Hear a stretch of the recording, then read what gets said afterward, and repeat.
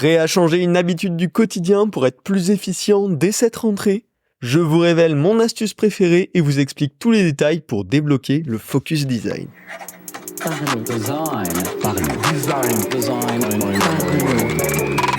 Parlons Design saison 7 est sponsorisé par The KKOS Theory, le studio qui vous accompagne dans la concrétisation de vos idées d'applications SaaS. Salut, c'est Romain Pinchna, bienvenue dans ce nouvel épisode de Parlons Design pour discuter productivité et focus. L'idée, c'est pas juste de la productivité pour faire plus, mais plutôt pour faire mieux et plus sereinement, et cette astuce, elle est vraiment basée là-dessus. Alors, on peut trouver clairement des milliers d'outils, d'astuces sur Internet, sur la productivité.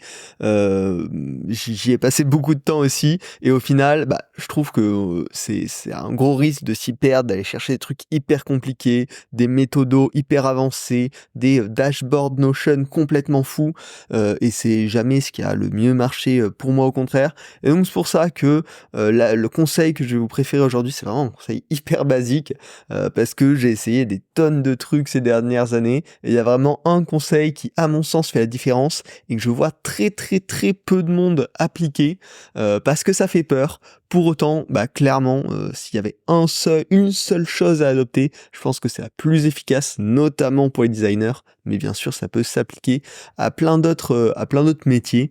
Donc bon, on va en parler, et après, je vous ai quand même gardé 2-3 petits conseils complémentaires en fin d'épisode, si vous voulez aller un peu plus loin, ou si vous appliquez déjà ce conseil préféré.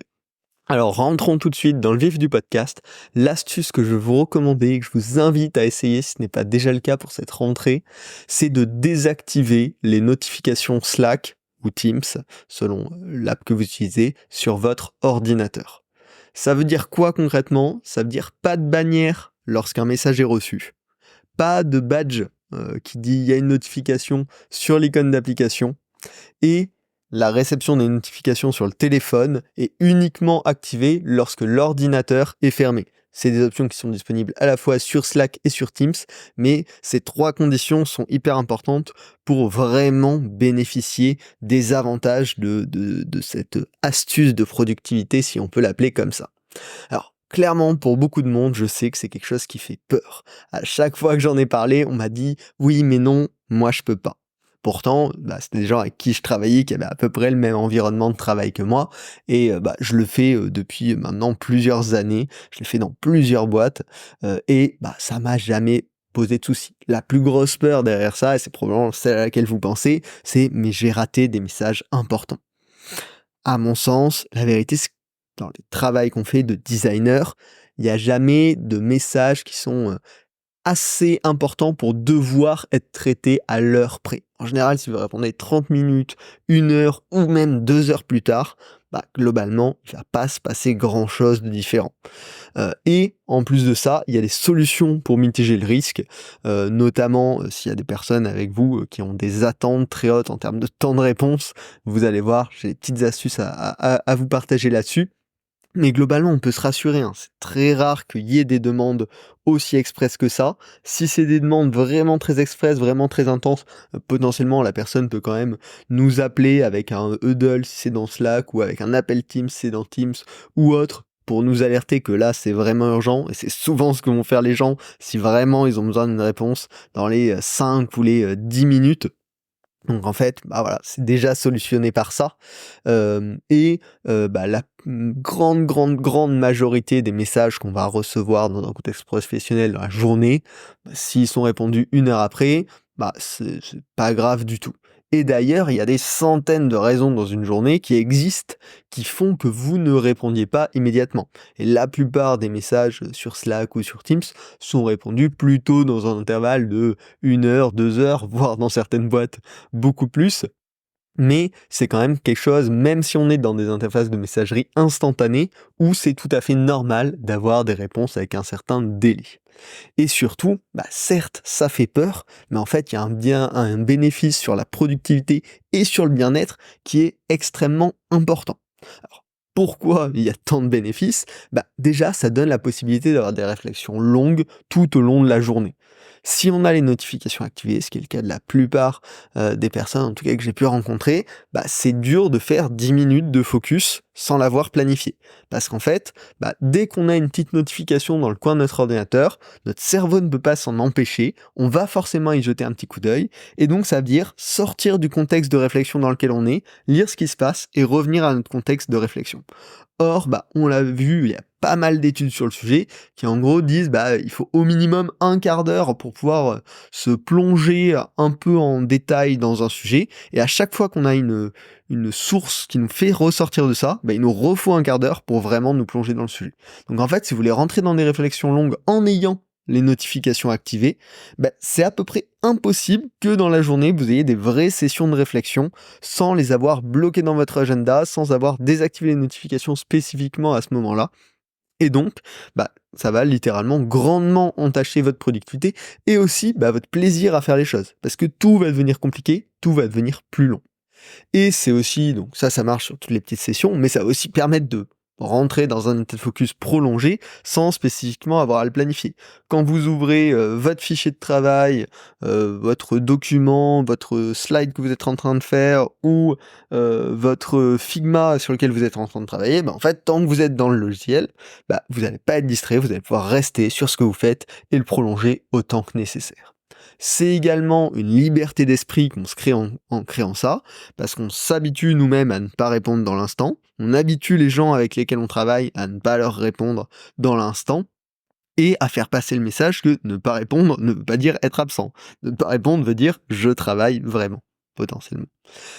Et donc finalement, on crée aussi un état d'esprit beaucoup plus sain dans les équipes, entre les gens, parce que on donne à tout le monde le droit de travailler concrètement avec du focus sur leur sujet, au lieu que de passer son temps à être entrecoupé par des petits messages inutiles. J'espère que ces arguments vous ont donné envie. On va parler tout de suite de la méthode précise pour mettre ça en place, même chez les plus effrayés. Vous allez voir, il y a des petites astuces, parce que ce changement d'habitude, il est hyper fort. Mais avant, toute petite pause, car cet épisode est sponsorisé par usertesting.com, la solution de collecte de retours utilisateurs et d'insight client. User Testing vous permet de comprendre les besoins de vos audiences et d'optimiser vos funnels de conversion. Très versatile, vous pourrez réaliser vos tests sur de multiples plateformes à plusieurs niveaux de fidélité.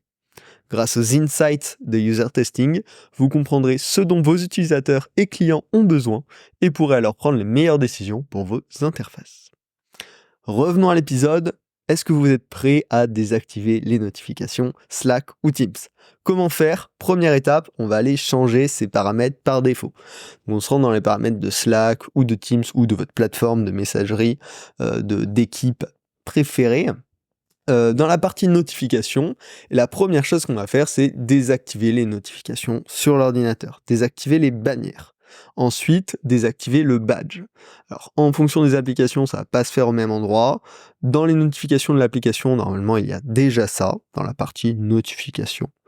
Sinon, vous pouvez directement les modifier dans les préférences de votre ordinateur en désactivant littéralement l'autorisation d'envoyer des notifications à l'application Slack sur votre ordinateur. L'idéal, c'est de le faire directement dans l'application Slack, c'est plus safe et ça permet notamment pour les appels, etc., de s'assurer qu'on va bien les recevoir, eux. La troisième option hyper importante, c'est l'activation de la réception des notifications sur le téléphone. Ça se fait aussi dans l'interface de paramétrage, en tout cas pour Slack. Et il y a une option qui permet de dire uniquement si Slack est fermé sur l'ordinateur. Je vous invite à activer cette option et vous pouvez ensuite mettre un délai de 0 minutes, 15 minutes, 30 minutes. Moi je l'ai mis à 15 minutes il me semble, vous pouvez le descendre jusqu'à 0 minutes, il n'y a pas de souci. Laisser un petit gap, ça permet juste de s'assurer que si l'ordinateur est mis en veille pendant quelques minutes, vous n'allez pas recevoir toutes les notifications sur le téléphone. Mais en tout cas, c'est une option qui est hyper pratique, parce que ça évite justement d'être distrait par son téléphone pendant qu'on travaille, ce qui est quand même tout l'objectif de la manœuvre, et ça permet pour autant que si on s'éloigne de son ordinateur, pour n'importe quelle raison, on puisse récupérer les notifications. Et là, à ce niveau-là, ça va pas nous distraire dans notre travail, parce qu'en général, en tant que designer, si on s'éloigne beaucoup de l'ordinateur, c'est probablement qu'on n'est pas dans du travail de deep focus, ou à la limite, dans ces cas-là, c'est plutôt des parties de user test ou des choses comme ça, mais dans le cas, on va avoir notre mode ne pas déranger, on va dire, actif sur notre téléphone. Mais voilà, ça permet que si on s'éloigne un peu, s'il se passe un truc en particulier, on puisse quand même être alerté et enlever une partie de cette FOMO de mince, j'ai raté le message, très important. Donc à mon sens, c'est le bon équilibre entre les deux. Derrière, bien sûr, une chose qui va être importante à mettre en place, c'est un check régulier de votre application de messagerie Slack ou Teams. Vous n'allez plus avoir les notifs pour vous rappeler en permanence d'ouvrir Slack ou Teams, va falloir trouver une méthode. Alors, il y en a deux. Pour les gens plutôt organisés, vous pouvez le faire tout simplement naturellement. Moi, ce que je fais, c'est que je travaille avec des bureaux virtuels.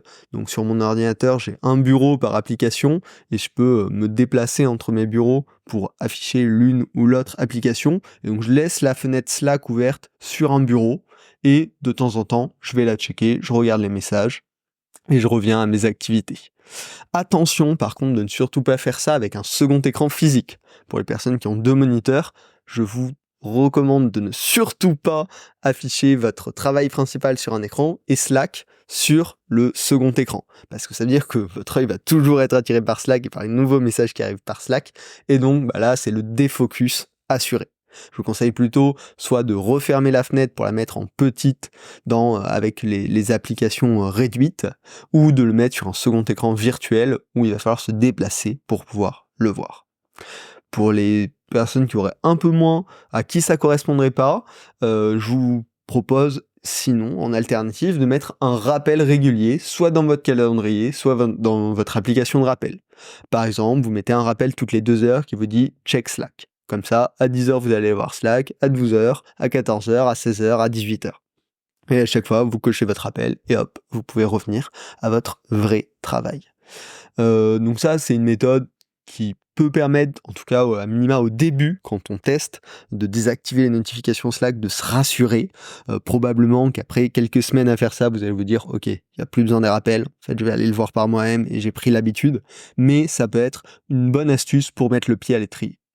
Enfin, s'il y a vraiment potentiellement dans votre entreprise des personnes qui mettent un stress sur le temps de réponse ou ces choses-là, dans un temps, il y a la possibilité sur Slack, je pense que c'est pareil sur Teams, de whitelister certaines personnes.